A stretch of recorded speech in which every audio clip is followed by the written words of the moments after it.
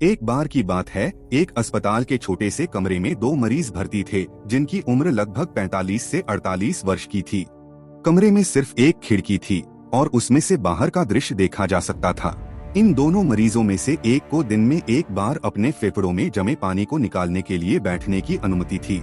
डॉक्टरों ने उसे दिन में 2 घंटे तक बैठने की इजाजत दी थी ताकि उसके शरीर में रक्त संचार बेहतर हो सके। सौभाग्य से उसका बिस्तर खिड़की के पास था। दूसरा मरीज जो कमरे के भीतर ही पड़ा रहता था, खिड़की के पास वाले मरीज से बातें करके समय बिताता था। हर दोपहर जब खिड़की के पास वाला मरीज बैठता था तो वह बाहर का दृश्य अपने बिस्तर पर लेटे मरीज दोस्त को विस्तार से सुनाने लगता।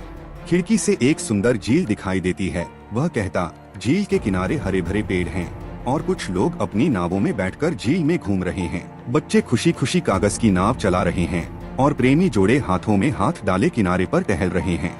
पास में एक पार्क भी है जहां बच्चे झूले झूल रहे हैं। पक्षियों की चहचहाहट पूरे वातावरण को मधुर बना देती है। इस तरह हर दिन वह मरीज अपने मित्र को नए नए दृश्य सुनाता, जिससे बिस्तर पर पड़ा व्यक्ति कल्पना की दुनिया में खो जाता। वह भी खुद को उन दृश्यों के बीच महसूस करने लगता और उसकी उदासी कुछ कम हो जाती। समय बीतता गया, लेकिन एक रात खिड़की के पास वाला मरीज बहुत ज्यादा बीमार हो गया। नर्सों ने उसे बचाने की कोशिश की, लेकिन वह नहीं बच पाया।